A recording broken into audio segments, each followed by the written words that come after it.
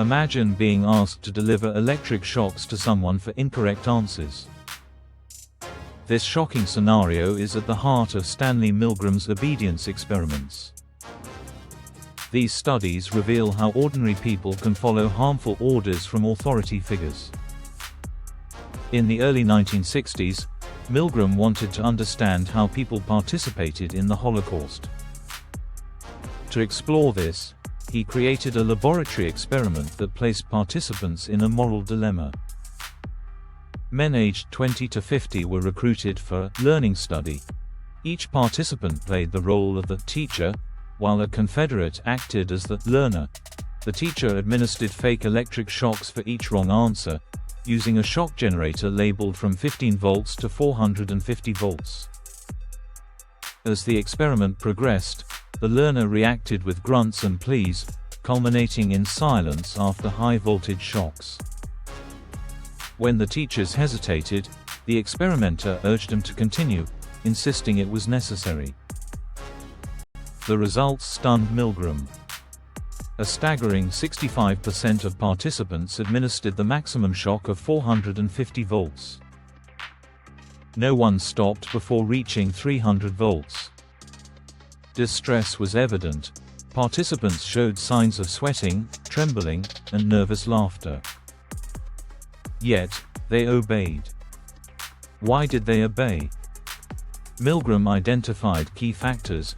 First, gradual escalation occurred in small increments, creating a slippery slope. Second, the authority figure's presence and legitimacy mattered. He was from Yale University, wore a lab coat, and assumed responsibility. Third, there were no role models for disobedience. No one else refused. Fourth, buffers played a role.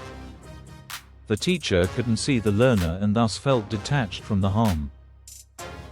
Finally, participants focused on performing their role well, absorbing their responsibilities. Milgram conducted several variations to test these factors. For example, when the learner was in the same room, obedience dropped to 40%. When teachers had to physically force the learner's hand onto a shock plate, obedience decreased to 30%. Even more, when the orders were given over the phone, only 20.5% complied, and many cheated by giving lower shocks.